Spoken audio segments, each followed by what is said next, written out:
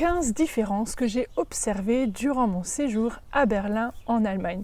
Des différences par rapport à ce qu'on peut voir en France, par rapport à notre culture française aussi, et des différences typiquement allemandes, même si évidemment, voilà, il ne faut pas non plus rentrer trop dans les clichés, et puis voilà, il y a toujours des choses qui ne sont pas partout dans toute l'Allemagne comme ça, mais voilà, j'ai pu observer durant ce séjour plusieurs différences dont j'aimerais te faire part, des choses que j'observe régulièrement aussi quand je vais en Allemagne. Alors oui, je suis française, j'habite en France, mais je vais régulièrement en Allemagne, et c'est vrai que du coup ces petites particularités, je les observe rapidement, je les reconnais, même des fois à force de les observer, je ne sais plus trop, mais en fait est-ce que c'est typiquement français ou typiquement allemand, mais justement on va en parler dans cette vidéo. Bonjour et bienvenue, je m'appelle Jeanne et j'aide les francophones à apprendre l'allemand en s'amusant. Alors, très concrètement, hein, déjà arrivé à Berlin, une des premières choses que j'ai vues, et c'est pas parce que c'est le truc le plus flagrant, mais c'est juste parce que ça me frappe parfois, très souvent par rapport à la différence avec la France, c'est les parcs en fait. Bon, c'est sûr, moi j'ai 2 enfants de 3 et 6 ans. Non, c'est pas 3 et 6, pardon, ils ont 6 et 8. Oh là là, ils grandissent, ça fait peur. Et en fait, les parcs, en fait, c'est dingue. En Allemagne, il y a toujours des super parcs en bois, avec des super attractions, avec des immenses balançoires. Oui, je sais, on trouve ça aussi en France. Évidemment, ça vient d'ailleurs de plus en plus. Mais souvent, en France, ils vont être plutôt en plastique. Et c'est vrai que là, souvent, ils sont en bois. Alors, je dis souvent, parce qu'encore une fois, ce n'est pas une généralité. Ensuite, ça va être les pistes cyclables. Évidemment, vous l'avez certainement déjà remarqué si vous étiez en Allemagne. Il y a beaucoup plus de pistes cyclables qu'en France. Les Allemands utilisent énormément le vélo. Les passages piétons, c'est assez étrange, mais ils ne sont pas toujours indiqués comme en France avec les bandes blanches comme ça. Des fois, en fait, ils ne sont pas indiqués. Et donc, tu sais que c'est là qu'il faut passer parce qu'il y a un petit bateau, il y a le trottoir qui baisse un petit peu. Donc, c'est cet endroit-là où il faut traverser, mais il n'y a pas de bande blanche qui indique que c'est un passage piéton. Il peut y avoir le Ampelmann, là, tu sais, d'ailleurs à Berlin, il est assez typique des feux rouges. C'est vraiment typique de l'Allemagne de l'Est et de l'ancienne Allemagne de l'Est. Et en fait, il faut savoir que c'est là qu'il faut traverser parce que le bonhomme est vert, mais il n'y a pas les bandes blanches pour traverser. Je trouve ça, c'est assez typique. Alors, un truc très typique, alors j'ai pas pu le filmer, c'est un peu délicat, j'ai pas pu demander aux gens si vous voulez bien que je filme leur coiffure, mais c'est une coiffure qu'on ne trouve pas en France, pardon, mais rien que dans la première après-midi en Allemagne, j'en avais déjà vu 3. C'est quand même assez significatif et j'en ai vu encore bien d'autres pendant le week-end. C'est ce qu'on appelle le Fokuhila. Fokuhila, ça vient de vorne, kurz, hinten, derrière, lang. Hila. Donc Fokuhila, c'est l'abréviation pour cette coupe de coiffure qui est court devant et long derrière. Voilà, c'est une question de goût, c'est pas forcément mon goût à moi, mais c'est vrai que ça m'a frappé d'en voir énormément dès les premiers jours. Alors, ce qui m'a choqué à Berlin, et apparemment en ayant discuté avec différents francophones là-bas, apparemment c'est typique de Berlin, il n'y a pas de volet aux fenêtres. Et en fait, moi je logeais dans une petite chambre que je louais dans un appartement, et donc du coup c'était une petite chambre. Je suis arrivée en plus une période où il faisait hyper chaud. Là, sur les 5 jours où j'étais à Berlin, il a fait jusqu'à 36-38 degrés, c'était horrible.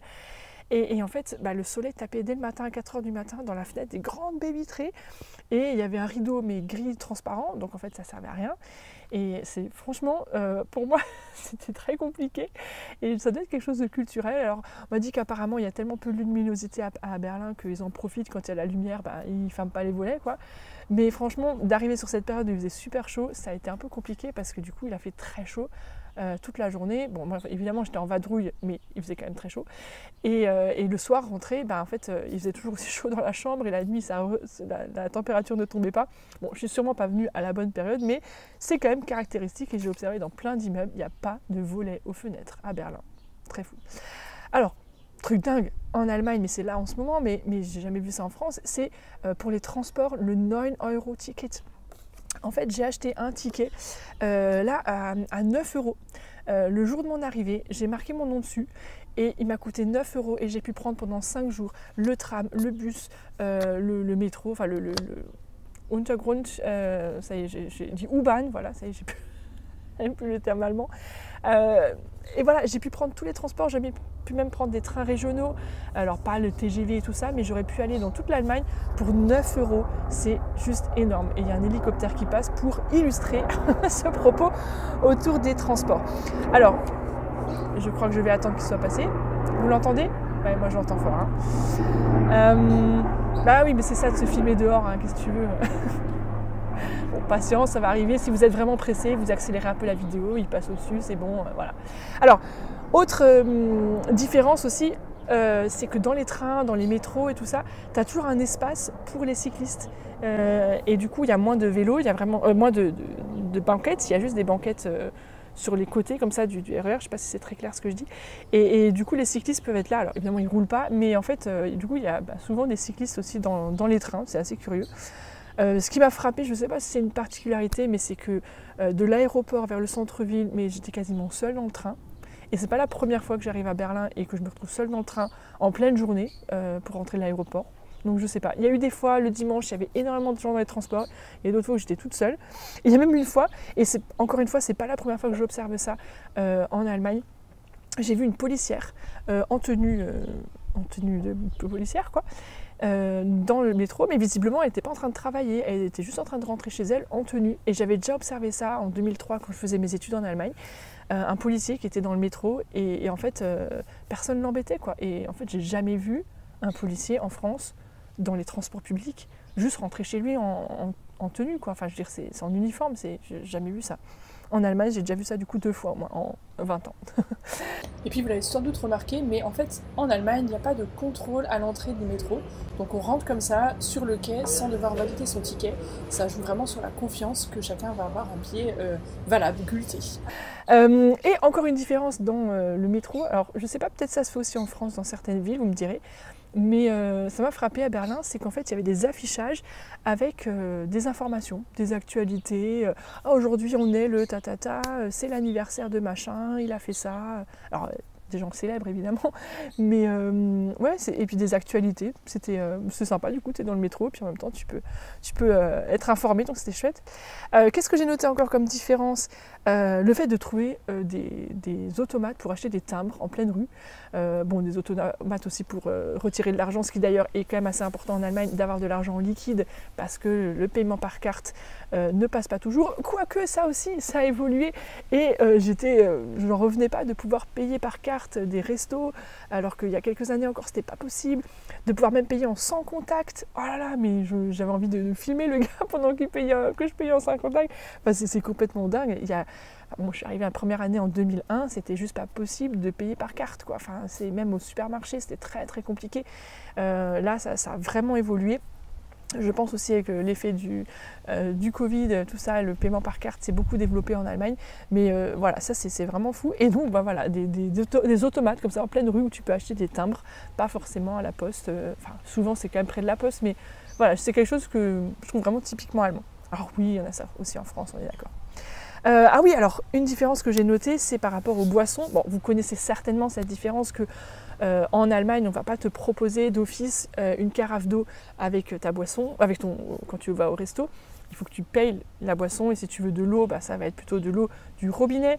Pardon, justement pas de l'eau du robinet, ça va être de l'eau minérale ou de l'eau pétillante très souvent. Alors qu'en France, culturellement, très souvent, on va te donner une bouteille d'eau, enfin une carafe d'eau gratuite. C'est pas du tout culturel en Allemagne de demander une carafe d'eau. D'ailleurs, ils boivent pas trop l'eau du robinet. Donc ça c'est une différence que je connaissais et peut-être que tu connais déjà aussi.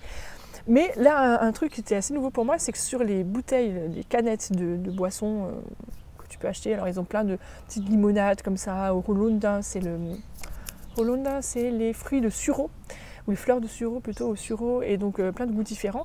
Et en fait, sur la bouteille, il y avait marqué, donc en bouteille en verre, il y avait marqué Pfand gehört daneben. Et j'ai mis un peu de temps à comprendre ce que ça voulait dire. Donc Pfand, c'est la consigne, gehört daneben, donc appartient à côté en fait, c'est-à-dire doit se mettre à côté.